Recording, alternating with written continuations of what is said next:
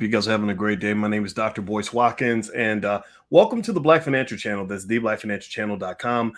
Today, I want to talk to you guys about some of this stuff going on with the stock market and also student loans. There is a big change happening right now when it comes to student loans, and I want to make sure you guys are ready. So get comfortable, buckle up a seatbelt. We're going to get started on the Black Financial Channel right now.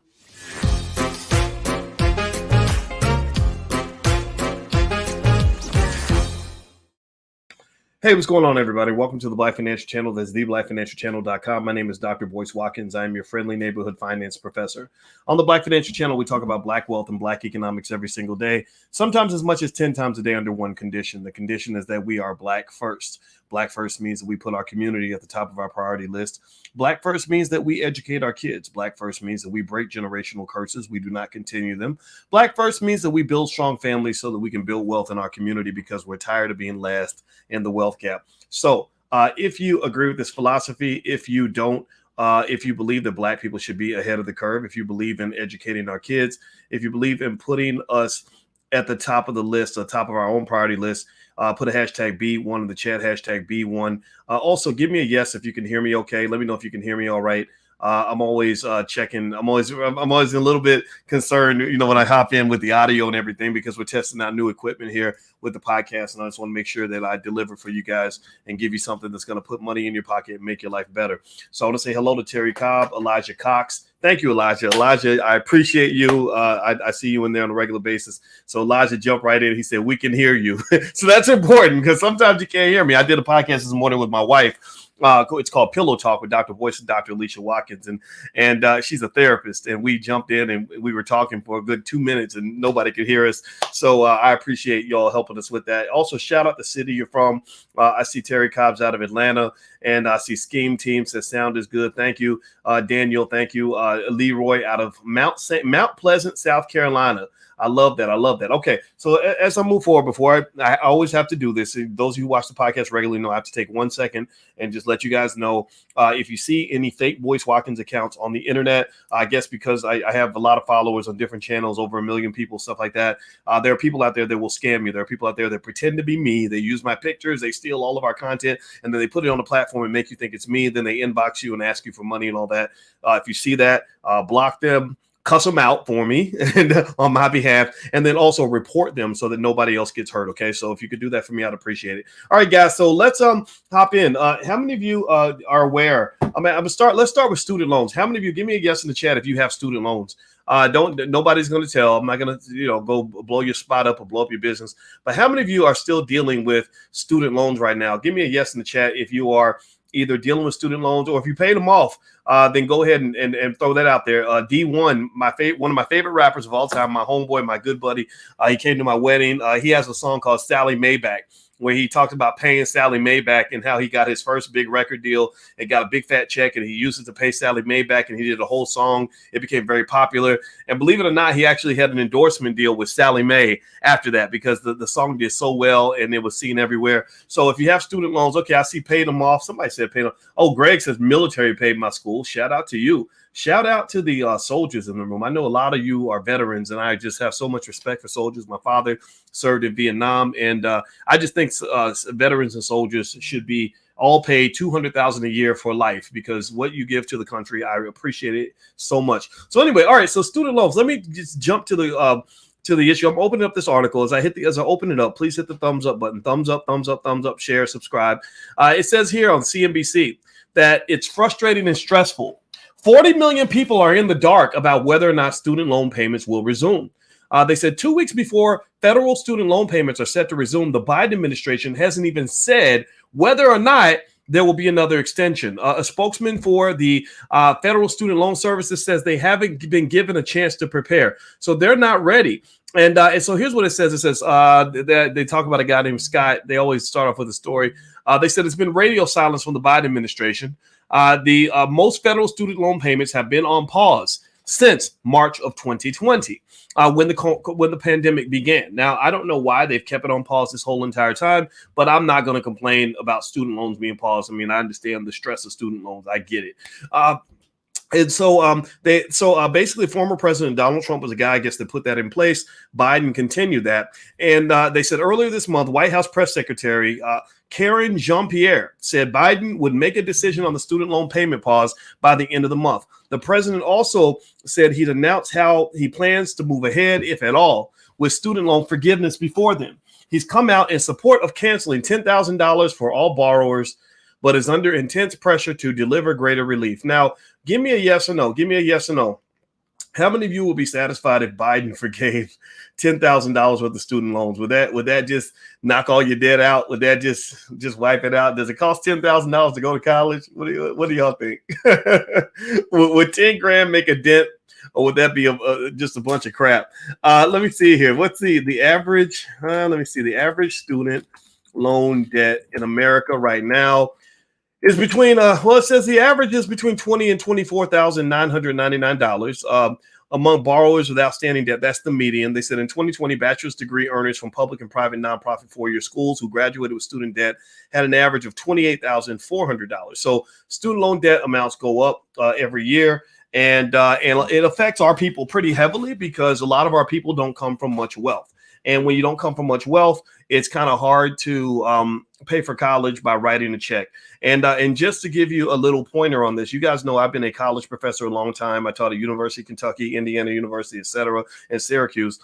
I know a lot of students that I taught 20 years ago who have hit the age of 40 who are still buried in student loan debt. In fact, let me just go further than that. I know I have college students that I taught who are now 50 years old, actually, because I started teaching college students in 1993, and half my students were older than me at that time. I know students from back then who still haven't paid off their loans. And so what I'm just trying to say to you is when you send your kids to college, make sure you're thinking carefully about the trade-off between the college degree and the loans. I talk to my son all the time. He's 19 years old. He has a lot of skill. And I told him, I said, look, we're going to borrow a little bit to go to school, but we're not going to borrow too much, because really, if you really want to talk about making money, I could take you over here to a bunch of stuff that doesn't cost you a fraction of college and really show you how to make the money, right? College, it will prepare you to get a job, but you want to learn how to make money. You want to become a millionaire. You want to become economically independent. As a black man, you got to learn that off the grid. You do not learn that on the grid. Do you guys get what I'm saying? Give me a yes in the chat if you get what I'm saying, so that I know that I wasn't wasting my breath right there, because I really want you to understand that. So basically, here's what's going on. They're claiming that it's inevitable that the Biden administration is going to extend the deadline. That if they don't extend the deadline, what's going to happen is that the phone lines will be clogged to death with people calling about their student loans, trying to get deferments and repayment plans and everything else. So they're concerned. They're really worried. They're like, look, if we don't tell people something soon, then we're going to have to extend. Well, since they're not telling anybody anything, the expectation is that they're going to extend. Now, you should not obviously depend on that, but that's what I'm reading. That's what I'm picking up. That's what I'm hearing. And you guys know I've talked about Black wealth. We are, I think, the world leading experts on Black wealth in the Black Business School, because all we do is we talk about Black people and Black wealth all the time. And one of the things I can tell you is that student loan debt is literally one of the leading factors that has been destroying Black wealth. These are the things that they don't talk about on TV. These are the things that they don't talk about in the government because they really don't care. These are the things that we talk about here because as a financial scientist, I was like, okay, I was trying to dissect the anatomy of Black wealth and figure out what's going on with Black wealth. So if I was to break down the wealth gap and why Black people don't have the wealth that we deserve, why our wealth is falling behind white people, I would break it down to a few basic things. Number one, they spent 300, 400 years stealing your stuff. So giving your stuff back would be a big step in that process, because your hardworking ancestors wanted to leave you wealth. They wanted to leave you assets. Some of them tried to leave you land. That land was taken. All that needs to be dealt with. Number two, you've been trained to be a consumer. You've been trained to have horrible spending habits. So when they putting out the new Gucci belts and the new rapper chains, you're getting mass promoted this heavy consumption that hits most Americans. Black people get hit the worst. That's why they try to sell the most products to you, because bad consumption habits means that even if you get money, you're going to give that money away. Number three, you're not trained on a fundamental level on how money is made in America. Instead of teaching kids how to go get jobs, and how to go spend on Gucci belts. We should be teaching them how to buy real estate, how to start businesses, how to own stocks and bonds. If that became a fundamental part of the educational process in every household, then the black wealth gap would disappear very quickly, because you will become a net retainer of resources as opposed to somebody who just gives them all away. What else? Buying black and supporting black businesses would be massive, because your problem is that you are expected to support their businesses. They're not expected to support yours. So ultimately, they're living off their income and they're living off your income. What's another thing? Another factor? I think that's pretty much mostly everything, but there's a few other things. Oh, I forgot about this. Skip! Broken families, y'all. Broken families is a huge factor in the black wealth problem. America is a country where people who are married and have stable families have more wealth. Surprise! I bet you didn't think that. I bet you thought that a struggling single mom working 3 jobs could do as well as a 2-parent household where you got 2 breadwinners in the house. I know, no disrespect to single moms or single dads. I know that that's a big part of our community. I get it. But at the end of the day, when we talk about family structure, we've really got to understand that that is a massive part of the wealth equation. So when they started sending all those black men to prison in the early 1990s, that took about $2 or $3 trillion out of the black community, because your primary breadwinners, your major breadwinners, intelligent black men, were being sent away. Their children weren't being raised to be economically intelligent all the time because they didn't have the guidance of the father and the mother. So it ended up just being like dropping a nuclear bomb in your community. There are other factors I could throw in there, but literally, if you start with those 4 or 5 and you solve those 4 or 5 things, then what happens is that gap starts to shrink, and then you start to see another gap grow where black people actually are in the lead. I know y'all can't imagine that. I know you can't imagine black people ahead of white people. My Lord Jesus, white people are so wonderful, special, important, and perfect. But guess what? You actually can take the lead. You dominate in the things that you put your mind to. Serena Williams is the greatest tennis player in the history of all tennis players. Tiger Woods is the greatest golfer in the history of all mankind. There's a lot of other examples out there that we can find. So I believe that if we put our mind to it and we drill deep enough and we focus hard enough and we stop listening to idiots, I think we can win this. Okay, give me a yes in the chat if you get what I'm saying.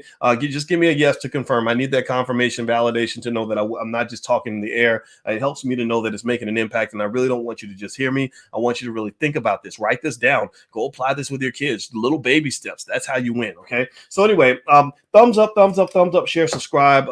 My website is boycewatkins.com. And just a reminder, every Wednesday night we do Powernomics training in the Black Business School. You guys know we have 150,000 students worldwide, and we have a free Powernomics training. We go through Dr. Claude Anderson's books page by page, paragraph by paragraph, word for word, because we want as many of our people to understand the basically the Powernomics book, which is really the Bible of Black economics. Dr. Claude Anderson is your living manifestation of a Marcus Garvey. We study his work every Wednesday night at 8:30, and we've been doing this for 2 years almost now, and I've probably done about 70 or 80 lectures in a row on Dr. Claude Anderson's work. So that is free to the community. You can go to blackkeystogreatness.com. Not only do you get access to the Powernomics training, but you also get access to my life class, which is a bunch of material I put together on how to be successful in everything that you want to do. So feel free to join us tonight. We meet tonight at 8:30. Every Wednesday night at 8:30. We're doing this, and we're going to keep doing it until it's done. Okay, a couple other things that are going on in the world right now. Just a couple little tidbit notes that you may want to know about what's going on with financial markets. Number one, the meme stock frenzy. A lot of these meme stocks are starting to take off. The biggest meme stock right now has been Bed Bath & Beyond. You've seen AMC kind of take off. You've seen GameStop kind of go crazy. A lot of that is an indicator that stocks may actually be hitting their peak. There's this term that Alan Greenspan, the former chairman of the Federal Reserve, used to use called irrational exuberance. Irrational exuberance. So let me explain it by breaking down each word. Irrational means crazy. It means not rational. Like, right? Exuberance means excited, like, yeah, we winning, y'all, we winning, right? So basically, Alan Greenspan said that the market can go through these periods where the market gets very emotional, and so emotions and money are very much linked. That's why I'm really blessed to have a wife who is an expert on emotions, and actually she's a certified clinical trauma professional in addition to a licensed therapist and a full professor of social work. So we talk a lot about the emotions behind economic choices. And so when you have irrational exuberance and everyone's feeling good and the money's flowing, then what you tend to see is these meme stocks really taking off. But that's also a sign that you could be hitting another peak. You could be hitting like a roaring 20s situation where there's a market correction around the corner. So if you are invested consistently, I just want to warn you that the stock prices could actually be dropping in the near future because you've had a really good last 4 weeks. The last 4 weeks have been absolutely stunning. And I really think long-term, if you're a long-term investor, this is great for you. If you've been investing consistently, like we've been talking about, then you're probably pretty happy right now. But just know that the winter is probably coming. There's probably going to be an economic storm. So I just want you to be ready for that. But I don't think the storm will last for too long. I think the market overall long-term is going to be just fine. So the other thing I wanted to mention was I saw something else here. I was just sort of going through the news. Oh, there's an interesting thing that happened with Coinbase. Apparently, Coinbase stopped trading Ethereum, and it's not because Ethereum is toxic or anything like that. I think it's because there's something. Well, I know it's because the Ethereum is going through a major change. They're actually switching from proof of stake to proof of work, or is it proof of work to proof of stake. That's basically the method they use to validate transactions on the Ethereum network. That's being shifted over. That's massive. It's huge. If it works, it's great. If it doesn't work, it could be really disastrous. So Coinbase pretty much said, yo, we're backing out. We don't want to mess with Ethereum right now. So right now, from what I understand, you can't trade your Ethereum on the Coinbase network. That caused the stock price to drop by about 5.5%. What am I going to do? Well, guess what? Tomorrow morning, I'm going to go buy me some more Coinbase stock because I believe that the stock is going to recover. So I'm not telling you to go buy Coinbase stock. I'm just telling you that I think Coinbase stock is actually a pretty good buy with this 5% dip. I'm about to go out here and I believe this will make me some money, but keep my fingers crossed because sometimes we can be wrong. Okay, guys. So one more thing I want to mention to you is if you ever want to sponsor the podcast, you guys know I do my Dr. Boy shout outs. If you want me to shout out your brand or your platform or anything else on this platform, on this space, we reach 1 million people a week. So feel free to go to drboysfinance.com and you can purchase a shout out and I will shout out your business. I will send people your way and help you get your platform going, your YouTube channel or your brand or whatever it is that you like for me to share with the audience. And also last night, you guys know that we did that event, basically how to become a millionaire in 5 minutes a month. That was a lot of fun. A lot of you showed up, about 1,000, over 1,200 of you registered for the event. And the lecture was free to all the students in the Black Business School, which, by the way, you can get started in the Black Business School for nothing. It doesn't cost you anything to get started. And if you want to take advantage of the offer that's available there, it'll be available for another 24 hours at blackmoneysequence.com. So feel free to go take a look at blackmoneysequence.com and see if you'd like to join. It's totally up to you. We will take good care of you. And there's a money back guarantee on everything that we do in the Black Business School. So anyway, I hope you guys got something from this conversation. I hope this benefited you. Be careful if you got the student loan thing happening because they are going to make some adjustments at some point. At some point, they're going to come back and try to get that money. But it's almost to the point where student loans have gotten so high and so crazy and so ridiculous that they almost don't take the debt seriously. Like a lot of people, when you're trying to buy a house, a lot of the mortgage lenders, they look at student loans and kind of give a wink and a nod like, okay, that's not really real debt. That's not as bad as credit card debt or other kinds of debt. It's kind of like this big hoax that everybody sort of fell into. And I'm hoping at some point they fix this, but I don't really think they ever will. But I would just say be mindful and be careful as you move forward and you send your kids to college. Don't have them buried in so much debt that they can never ever get out of that, because then you're actually undermining the whole reason that they're going to get an education in the first place. Part of the reason they're going to get an education is because they want to move their family forward. And if you die in debt, then you lost the game. So I don't want you to lose. I want you to win. I want you to be successful. So you got to watch out for the little traps that they set for you in a capitalist society. Capitalism is not your friend. It's not evil. I don't believe capitalism is always evil either. I don't believe that. But it's not something that necessarily cares much about you, to be honest with you. So you've got to care about yourself enough to know where you want to place yourself and where you want to place your kids. So you have to educate your family on all these things so they don't get screwed. Okay.